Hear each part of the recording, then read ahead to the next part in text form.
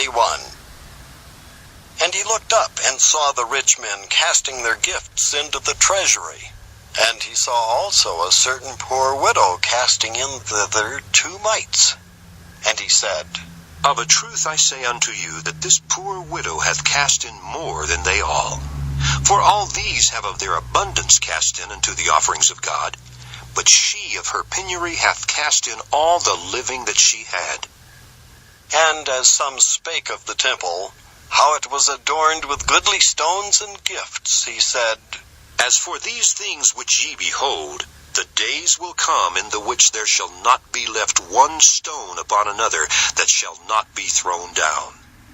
And they asked him, saying, Master, but when shall these things be? And what sign will there be when these things shall come to pass?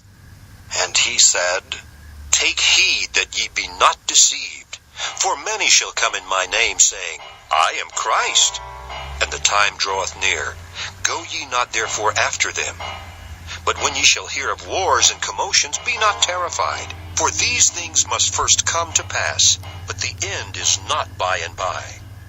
Then said he unto them, Nation shall rise against nation, and kingdom against kingdom, and great earthquakes shall be in divers places, and famines, and pestilences, and fearful sights, and great signs shall there be from heaven.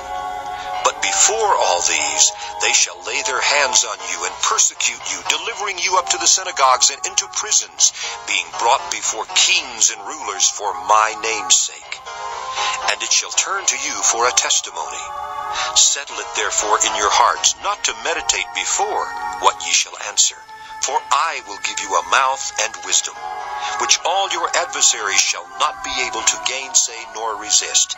And ye shall be betrayed both by parents and brethren and kinsfolks and friends, and some of you shall they cause to be put to death. And ye shall be hated of all men for my name's sake. But there shall not an hair of your head perish. In your patience possess ye your souls. And when ye shall see Jerusalem compassed with armies, then know that the desolation thereof is nigh.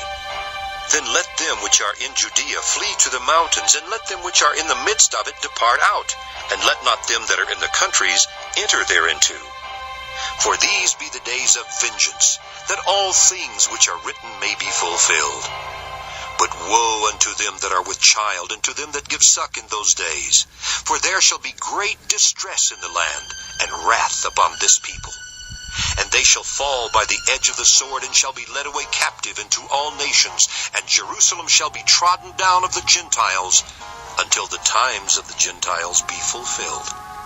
And there shall be signs in the sun, and in the moon, and in the stars, and upon the earth distress of nations with perplexity, the sea and the waves roaring, men's hearts failing them for fear, and for looking after those things which are coming on the earth. For the powers of heaven shall be shaken. And then shall they see the Son of Man coming in a cloud with power and great glory.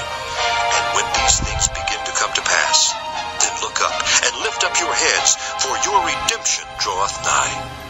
And he spake to them a parable. Behold the fig tree and all the trees.